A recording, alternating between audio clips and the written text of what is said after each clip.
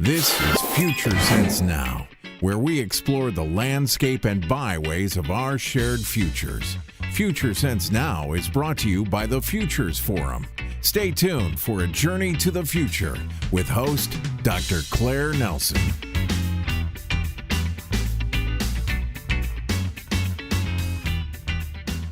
Greetings and welcome to Future Sense Now, an online e-magazine of the Futures Forum. It is April 2018 and we celebrate Earth Day with an exploration into the future of islands, smart islands, 2030 and beyond. The UN notes that small islands have different challenges, and we hear a lot about climate change and the existential threats to some islands due to rising sea levels. Indeed, since 1994, the United Nations has recognized the specific challenges facing small island developing states, in particular, the greater risk of marginalization emanating from their small size, remoteness from large markets, and their very high economic vulnerability due to economic and natural shocks beyond their control. In this segment, I will speak to Kenneth Goodwin, who is a senior managing principal at Jeanensis Capital Markets. He's also known as a Fintech blockchain guru, I might say, and has given several speeches. In fact, he's a sought-after speaker at conferences such as Blockchain Economic Forum, Fintech Week New York, and Crypto World. And I might add that he has also served as a Business Forward member of the U.S. White House Business Council. So without further ado, let's get right into the conversation with Mr. Kenneth Goodwin. Good morning, greetings, good afternoon. How are you? I'm doing wonderful, Dr. Nelson. I am so grateful for being on the forum and having the opportunity to speak with you this morning. So it's a great morning and a blessed morning. Well, excellent. I'm very excited because one of the big questions that has come up time and time again as we talk about smart islands is this notion of the economic agenda. So first of all, let me just say that when we hear smart islands, I think about smart cities, which typically means, you know, a municipality that uses information and communication technology to increase operational efficiency and share information. So normally we're thinking about transportation or water management, but nobody's been able to tell me how do we deal with the economic challenges. So I'm hoping you have some great ideas around how blockchain can be used to define or to help create smart islands. So let's start with perhaps with when you hear of smart island in the context of the work you do, what does it mean for you?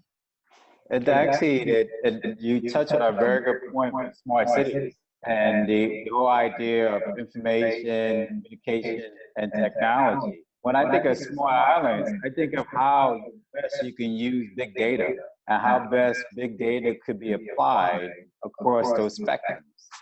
That's really the key when you look at smart cities. So the ability to take on big data, which is able to feed into a blockchain system. And blockchain falls within the whole information, communications, and technology, given that it is a distributed ledger. But the idea is big data. But I have to say that whenever I hear blockchain, all I think about is Bitcoin. But as I think about UN Agenda 2030, which talks about ending poverty and hunger and combating inequalities within among countries and inclusive societies and human rights, you know, beyond water management and energy management and waste management, how can blockchain technology support economic inclusion? How can it make the life of islanders more economically right? Well, there's several ways you can look at this, Dr. Nelson. One, I would say first, let's separate cryptocurrency from the technology itself. Okay. And the cryptocurrency you mentioned is Bitcoin, Litecoin. As you know, Ethereum is a big cryptocurrency, Bitcoin Cash, those are cryptocurrencies. Now, the actual technology is slightly different. The actual technology is the digitized ledger. And the idea of the digitized ledger is you're going to have multiple nodes on one particular platform. The great thing about blockchain, to give you an example, where it could be efficient, is that the islanders are pretty much known for fruits and vegetables and things of that nature. So one of the great ideas, or one of the great blockchain projects I've been working on, is a firm called Origin Trail. They are the actual blockchain for Walmart. And what they've done is they've taken their supply chain blockchain and gone down to the farmer's level. So let's say you're a farmer in the island, right? And the idea is that you grow your fruits and vegetables. But beyond that, you're looking at seeds. So the idea is that you take those seeds and you put them on a blockchain, and that's information. It's critical information. If you sell that, you grow the fruit, and eventually you sell it on to Walmart. Walmart could actually have a trace of history, of data that could determine how well that food is being sold. If it's a hit, Walmart will go back to the farmer and say, hey, you need to sell more of this type of fruit, and you can identify the soil, you can identify the farmer. So what it does, it actually provides a direct link between the farmer and the actual firm that sells the actual product. And that's what the blockchain does. That's the big difference. So you get rid of the multiple steps, which will be high cost. So you lower the cost and you increase the efficiency. Well, first of all, you kind of just said something which is like almost like music to my ears. No, not almost like, it is music to my ears. Because one of the big challenges facing the Caribbean countries, which are very near markets to the eastern seaboard of the US, and so clearly, you know, between, let's say, importing papayas or mangoes or peppers, there's a whole challenge around food security that all the countries must comply with. And of course, for small farmers, many of whom have not yet moved into smartphones, I mean, they're still using flip phones. They have phones, but they're not smartphones. The issue of figuring out how to be connected is certainly one that governments are struggling with, and supply chain development people are struggling with.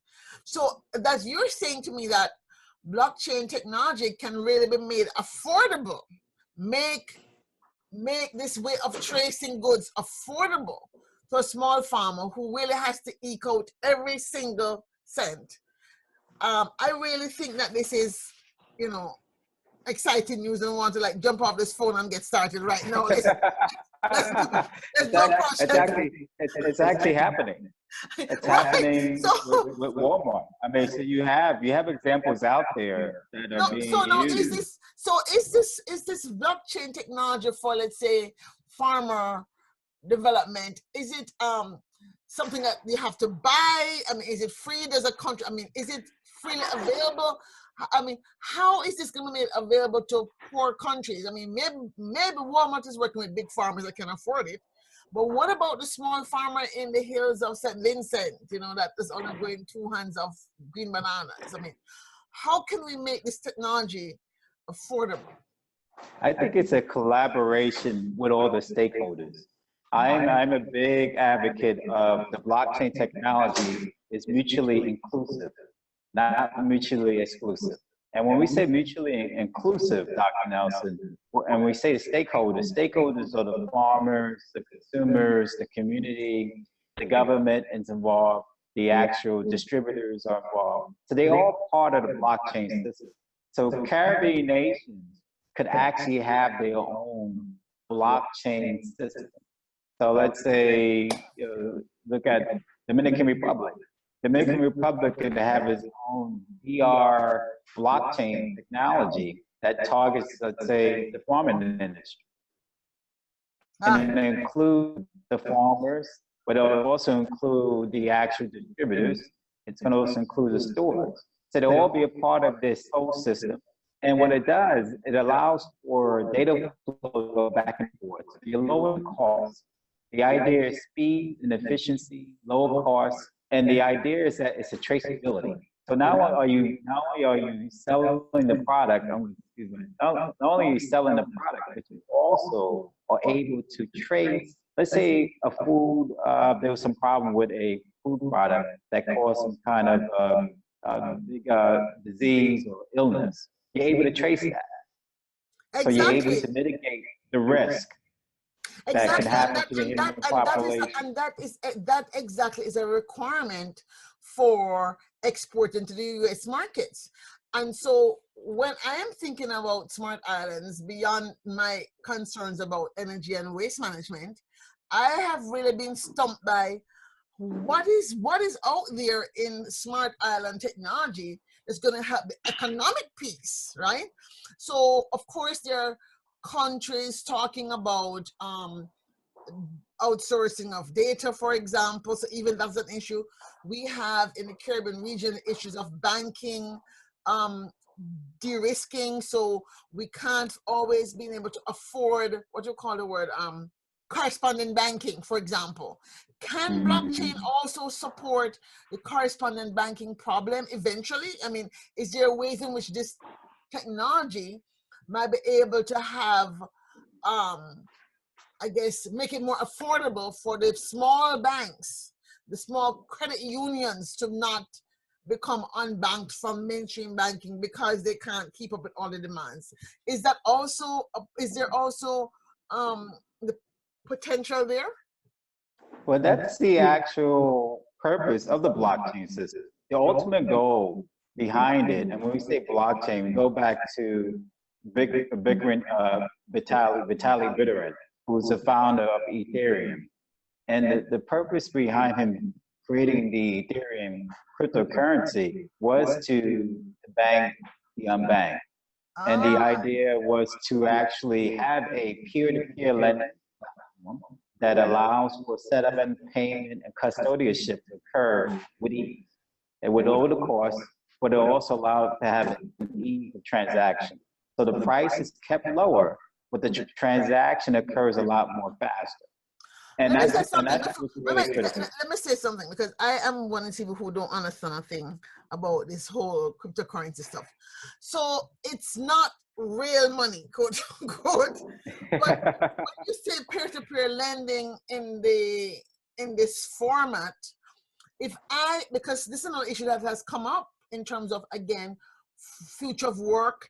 And there are many people who have been trying to get on these platforms like, Upwork or Fiverr, and they are beginning to have it very hard now to make a living from it because the fees are so high, and then this issue of the payments, cross-border payments. So when you say payments, what are you really being paid, and how can that be translated? So if a Jamaican, let's say,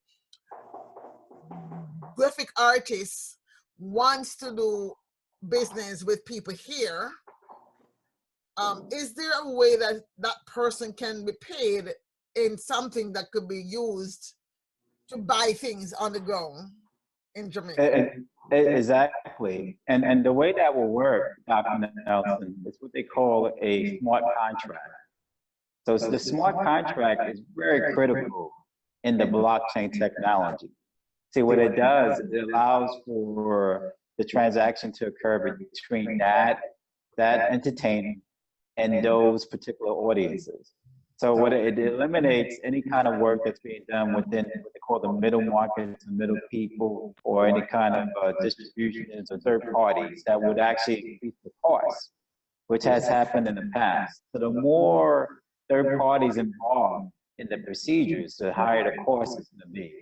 But because you have the actual musician going directly to the actual individuals, and the individuals are members of this blockchain system, the smart contract would have an intimate relationship between that musician and those individuals. And the payment that can be done, it can be done in twofold. It can be done in the actual cryptocurrency. So there'll be an issue of a cryptocurrency, which is technically what they call a utility token, because it is a token that allows for movement of transaction and the creation of price.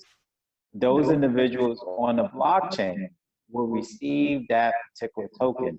They can use that token to purchase other goods and services in that country, or they can use it to go on to another platform, another exchange, and exchange it for another cryptocurrency, which would eventually increase the price. And that's how it tends to operate.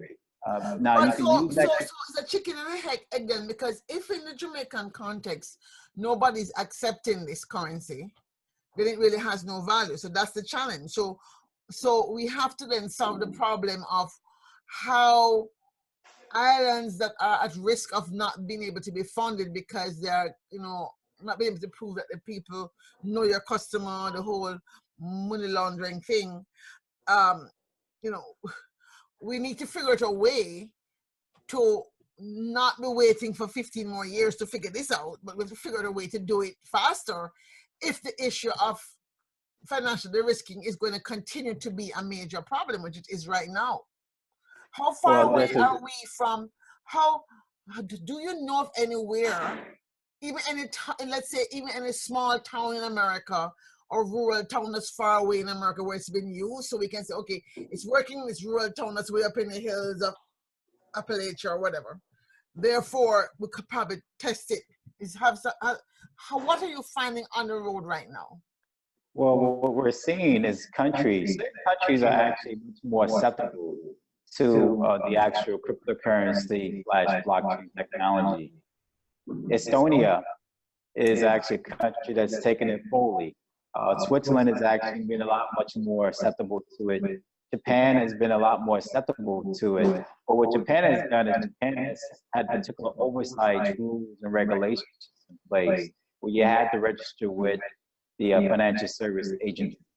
So the key there, Dr. Nelson, is how do you get government involved as a stakeholder? That's really the key. The key is that government has to be a partner in this particular system. Well, now, go ahead. I was going to say that I know in the case of Jamaica right now, there's a big hullabaloo, and I must say I'm one of the very risk-averse people in this regard, because the government wants to move us to have a national ID system. And I'm like, well, they can't even keep their database safe. Well, I'm going to give up all my information to the government of Jamaica. Are you kidding?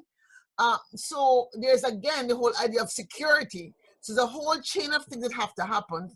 So Estonia is well known for being an e-government country, right?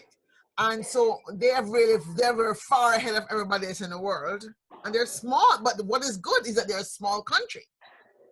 So I think they're about 2 million people, 3 million people is about the same as or 5 million. So it's still very small by Caribbean islands. So it does, let's say, hold out a fragment of hope that we can look to. But were you part of, let's say, the implementation process in Estonia, or have you just studied it and then you're looking at it from an observer, or are you part of the implementing machinery? Well, I actually advise one particular client that's based out of Estonia.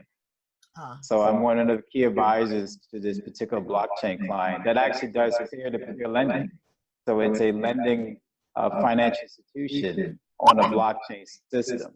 So for me, when I speak at conferences at the Blockchain Economic Forum, these are peers and colleagues from Estonia, from Europe, from Germany, from France, of course, from Russia, and you really get to know individuals and projects that they're working on.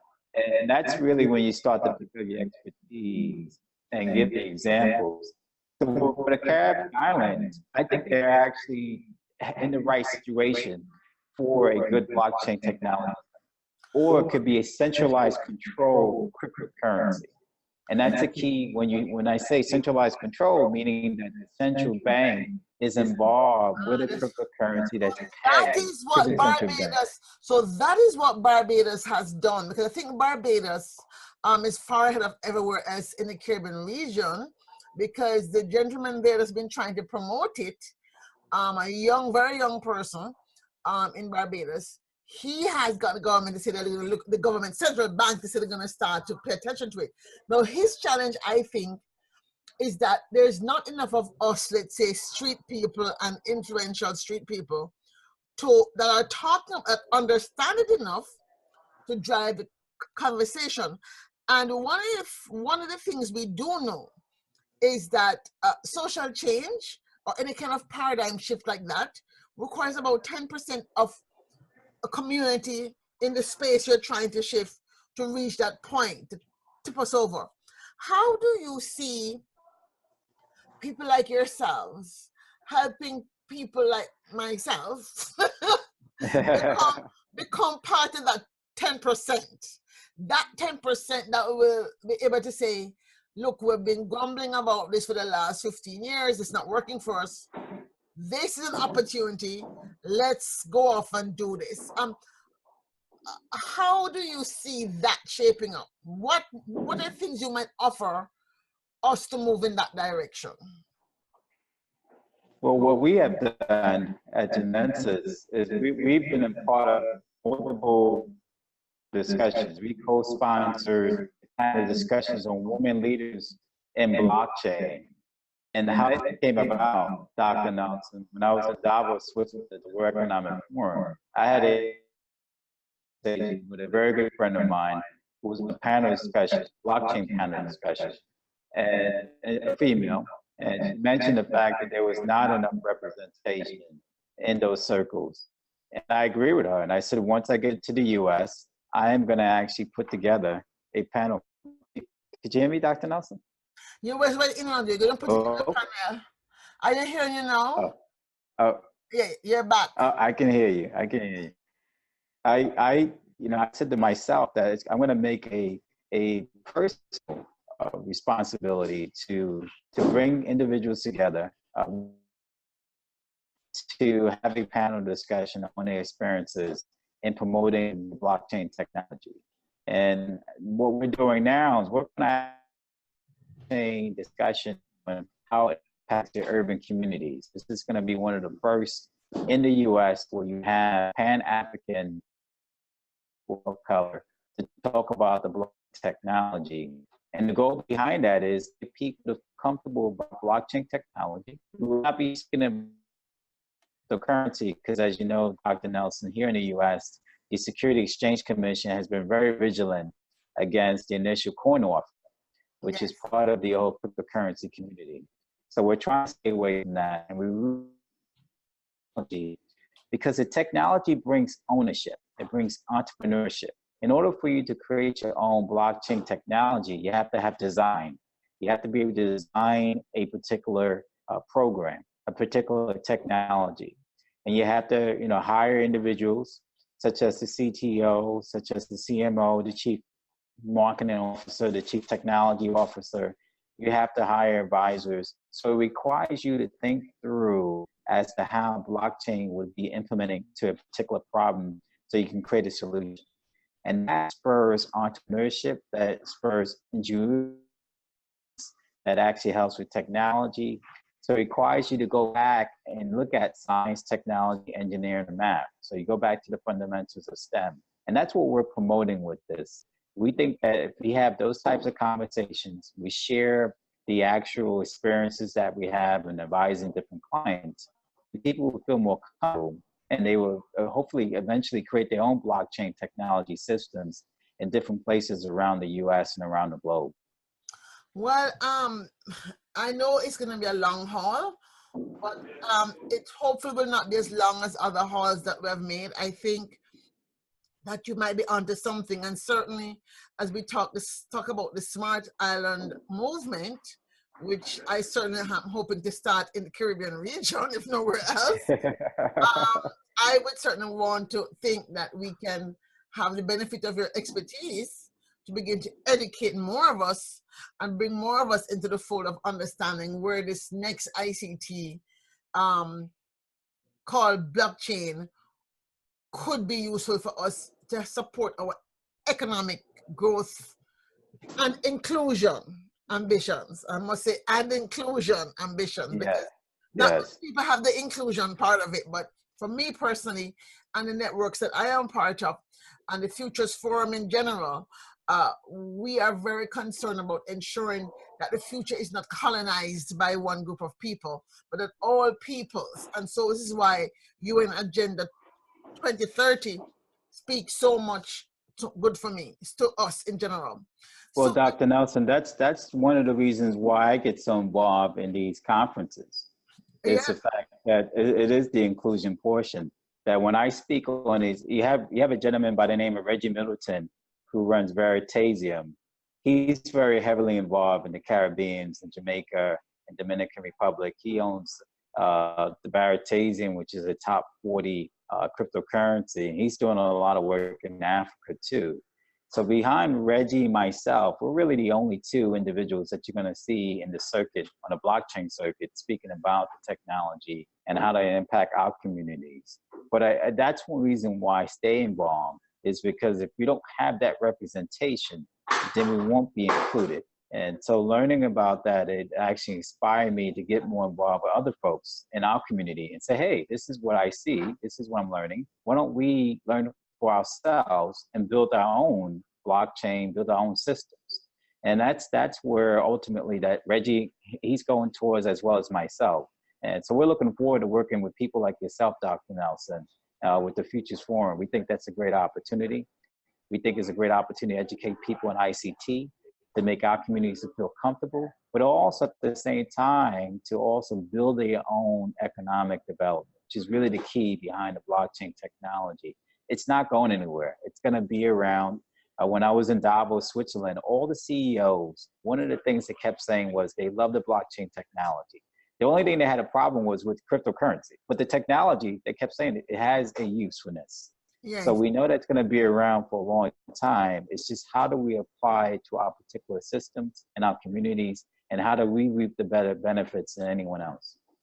So let me ask you, as we think about, as we draw to a close, one of the questions I want you to think about, because as a futurist and an optimist, although I shouldn't preload my question, but I do want a positive story. So tell me a positive headline for the year 2030 about smart islands that you think that your work will have to co-create, and so you're now standing in 2030. What has happened? I don't like to use Wakanda as much, but I think we're Wakandanized by that time. I really do. I think that we actually, if there's any group of people that can do it, it's us.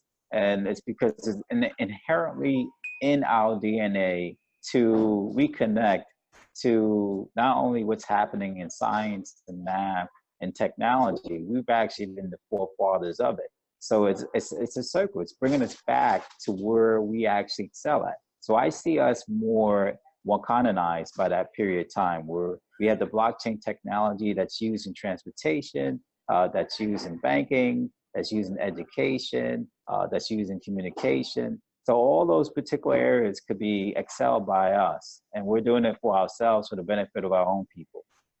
Well, thank you so much. So I guess you're optimistic, pessimistic. I have to ask the question exactly the same way.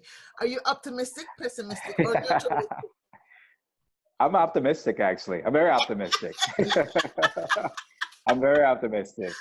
I think the islands are ripe for it. Actually, I actually had a conversation yesterday with a gentleman from Haiti who's doing work, a very wealthy business person from Haiti, who's doing some work in the Dominican Republic. And one of the things that he kept asking me was he wants to do this device, this telecommunication device, but he also want to reach out to one of the blockchain clients I've been working with in China. And we're trying to use that model to actually implement that in Haiti. So the idea is that the Chinese have the model, but we want to reduplicate that for Haitians. So that's our conversation. That's where we're looking to head towards. So don't worry, you're optimistic. Folks, this has been such an exciting conversation. I want to thank you, Kenneth Goodwin from Jeanensis Capital Markets, is a strategic partner. And he is also, a principal partner, and he's also, as I said, a sought-after speaker in this space. Thank you so much for joining us on the Futures Forum. Well, thank you very much, Dr. Nelson. If there's anything I can do in the future, I'm here. And like yourself, you're a futurist. I'm a futurist too. Exactly. So that's it, folks. Thank you for joining us and for listening to this exciting conversation on Future Sense Now, where we explore staging futures for sustainable futures. Friends, we have come to an end, as I said, of a fantastic conversation. My head is just buzzing with ideas. But the story is just beginning to be written by all of us. Creating the future we want is our shared responsibility.